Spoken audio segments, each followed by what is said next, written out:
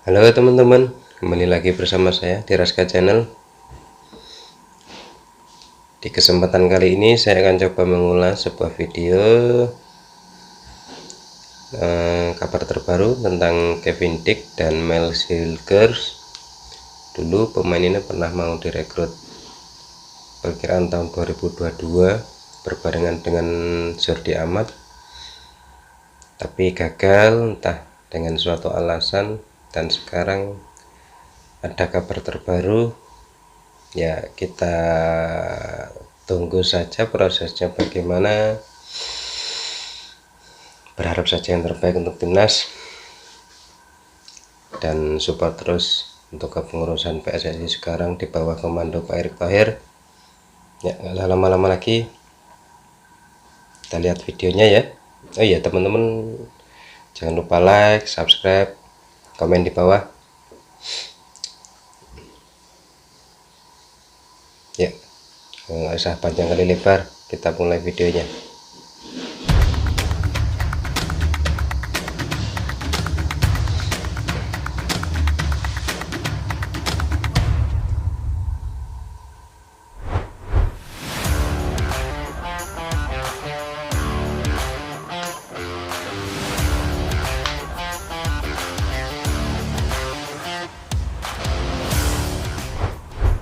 Sempat tak mendapatkan restu dari orang tua, namun untungnya baik Kevin Dick maupun Mel Silgers, dua nama yang telah diincar lama oleh PSSI, kini semakin dekat untuk bergabung dengan timnas Indonesia. Di mana hal ini tak lepas dari meningkatnya performa tim merah putih, serta datangnya sejumlah pemain keturunan berkualitas yang meminimalisir berbagai kesenjangan di tubuh skuad Garuda. Lantas selain faktor restu orang tua, serta bergabungnya banyak talenta berstandar Eropa, apa alasan lain yang mendorong Kevin Dick serta Mel Silgers berubah pikiran setelah menggantung harapan Indonesia cukup lama? Berikut cerita selengkapnya.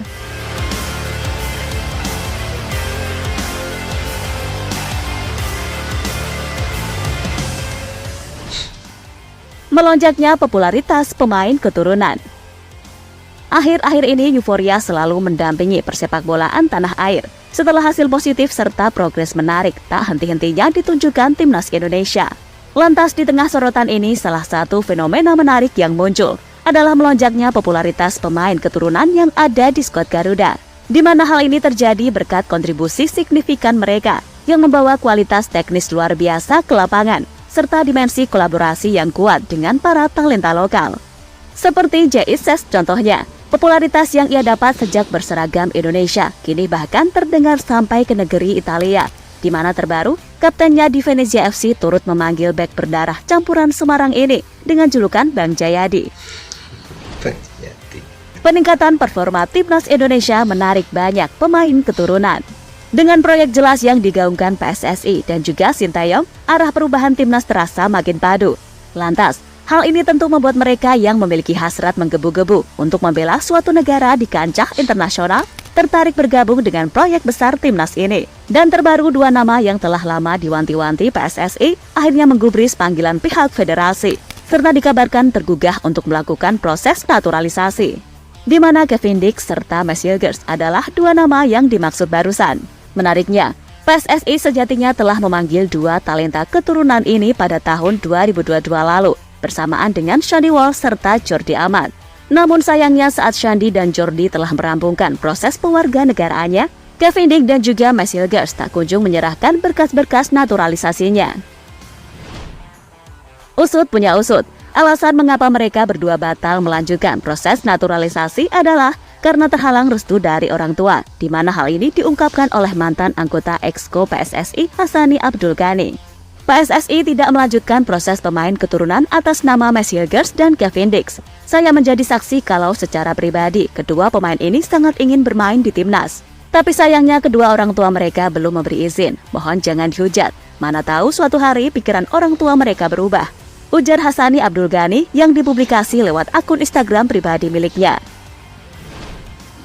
Menariknya, harapan mantan Exco PSSI Abdul Ghani hampir terwujud di tahun 2024 ini, tepatnya saat program serta performa timnas Indonesia begitu mengesankan.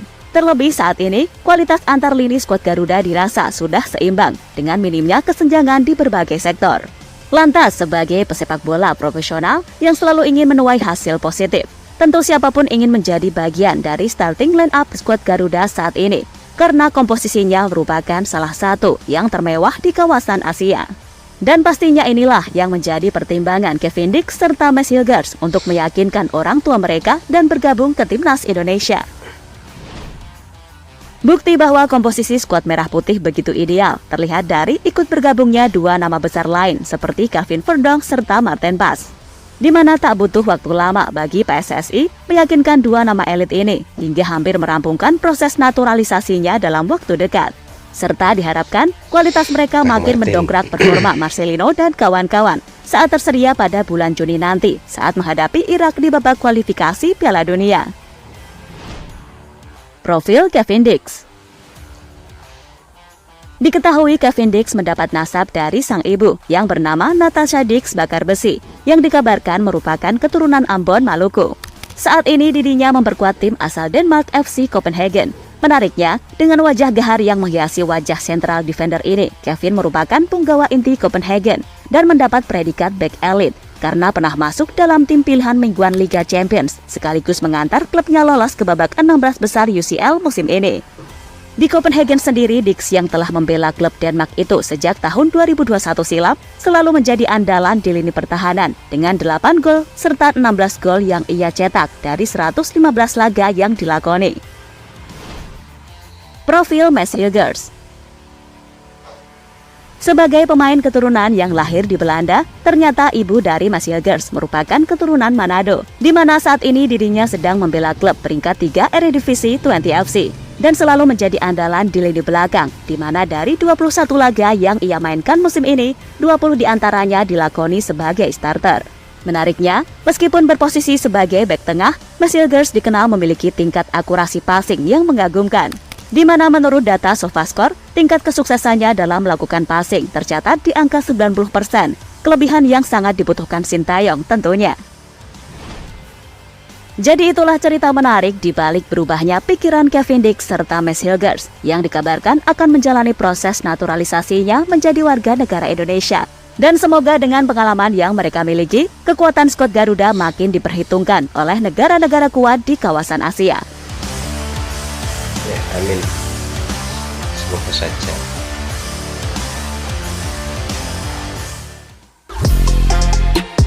Halo, izin iklan sebentar ya guys. Jadikan ruangmu bernuansa Timnas. Temukan beragam poster dinding, sepak bola dan Timnas dengan desain menawan, kualitas premium dan harga yang tidak akan menguras kantong. Segera klik link Shopee di deskripsi video ini dan dukung Timnas dengan sepenuh hati. Mulai dari dinding rumahmu.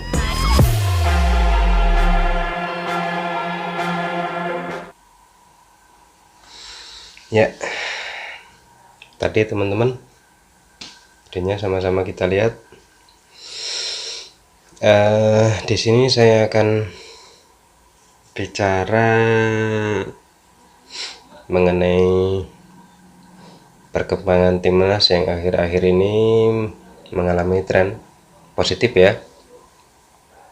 Di sisi lain, semakin banyaknya pemain keturunan yang ingin bergabung dengan Timnas kita, ya pastilah ada sebagian yang pro dan kontra dengan itu, tapi sejujurnya untuk pribadi dari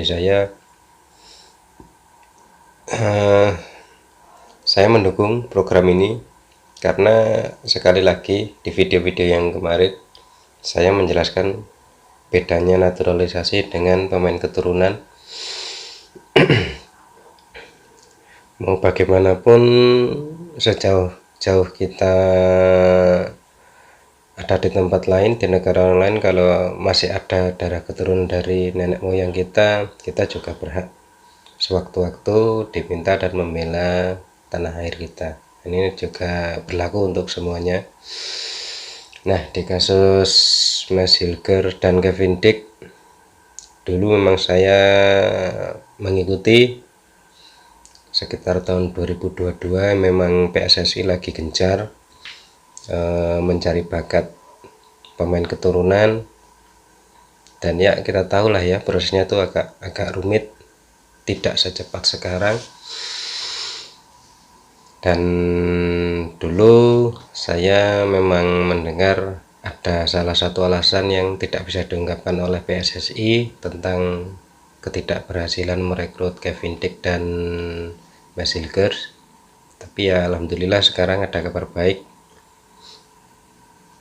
Ya walaupun komposisi pemain sekarang itu banyak pemain keturunan, kita ambil positifnya aja lah ya. Sekarang PSSI mempunyai target tinggi, kalau bisa tembus ke Piala Dunia 2026.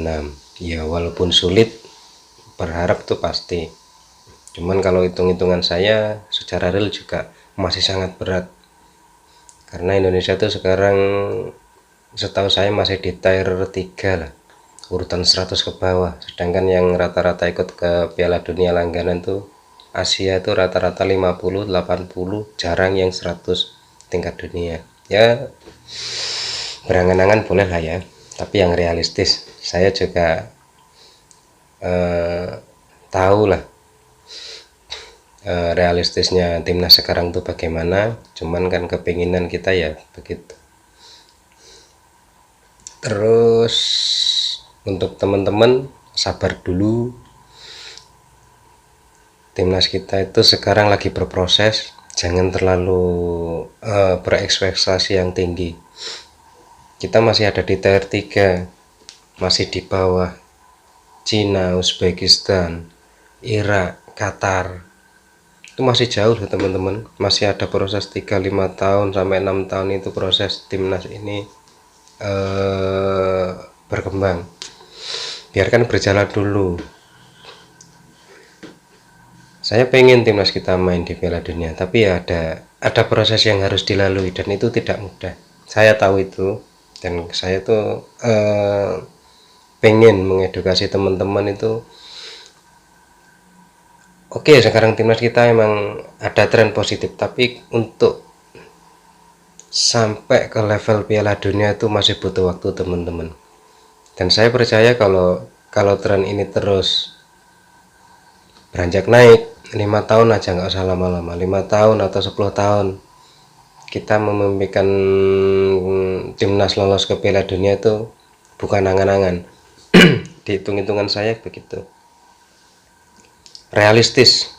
Kalau 5 tahun sampai 10 tahun yang akan datang tuh peaknya kira-kira malah dapat. Kalau sekarang kepagian. Ya jujur saja, saya emang fans timnas Indonesia, tapi yang apa ya, punya kepinginan tapi juga bisa menilai progres timnas tuh sampai mana dan kekuatan kita itu sampai mana. Lolos ke putaran ketiga saja udah bagus timnas untuk sekarang loh ya. Kalau 5 tahun yang akan datang dan progres masih tetap bagus, saya yakin tembus ke putaran ketiga kualifikasi Piala Dunia itu nggak terlalu sulit. Kita masih di tier 3, bukan mediocre. Tier 3 itu istilahnya peringkat buncit.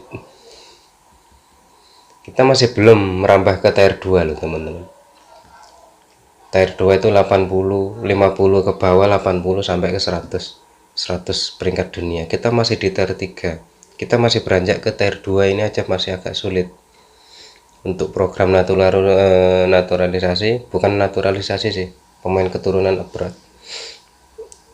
Saya tidak ada masalah selama itu untuk kepentingan timnas dan itu berbuah positif. Dan yang paling penting, saya tidak pernah menilai itu pemain lokal dan pemain naturalisasi. Di sini kita ambil positifnya saja. Bagaimana pemain naturalisasi datang, kualitas pasti berbeda. Dan untuk pemain lokal jangan iri hati. Kita tahu pemain lokal dan liga lokal itu masih ya istilahnya amburadul lah ya, mulai diperbaiki oleh Pak Erick Thohir. Berkembanglah untuk pemain lokal Liga 1 itu biar mendapat kepercayaan dari pelatih itu bagaimana ya, olah skill, stamina, kreativitas itu harus di-upgrade. kalau nggak pengen bersaing. Masalahnya kita punya pelatih sekarang tuh levelnya bukan level-level ecek-ecek. Coach ini tuh tahu kualitas pemain, dia nggak mau kompromi dengan itu. Kalau pemain lokal kita mau bersaing ya harus berani upgrade. Kalau nggak begitu jangan salahkan pelatih kita, karena pelatih kita mempunyai beban, mempunyai visi misi dan target dari PSSI yang harus diwujudkan. Itu kendalanya dari pelatih. Kalau seumpama sekarang tuh nggak mengandalkan pemain naturalisasi, ya bisa kita pastikan mau ke putaran 3 kualifikasi Piala Dunia pun yang jelas saya yakin pasti kedodoran kalau cuman mengandalkan 100% pemain-pemain lokal kita. Dan yang paling penting jangan pernah menyebut pemain lokal dan pemain naturalisasi lah teman-teman ya. Kalau sudah berada di timnas itu berarti timnas nasional Indonesia itu sendiri. Saya nggak setuju kalau ada yang bilang pemain naturalisasi lah, keturunan lah, apa ini, enggak. Itu sama-sama anak-anak bangsa. Kita lahir, mereka lahir juga nggak bisa milih di mana. Tapi yang saya senang mereka masih punya keinginan untuk bermain untuk bangsa Indonesia ini. Ya, support terus. Ya, saya selalu mendoakan yang terbaik untuk timnas dan kepengurusan PSSI sekarang.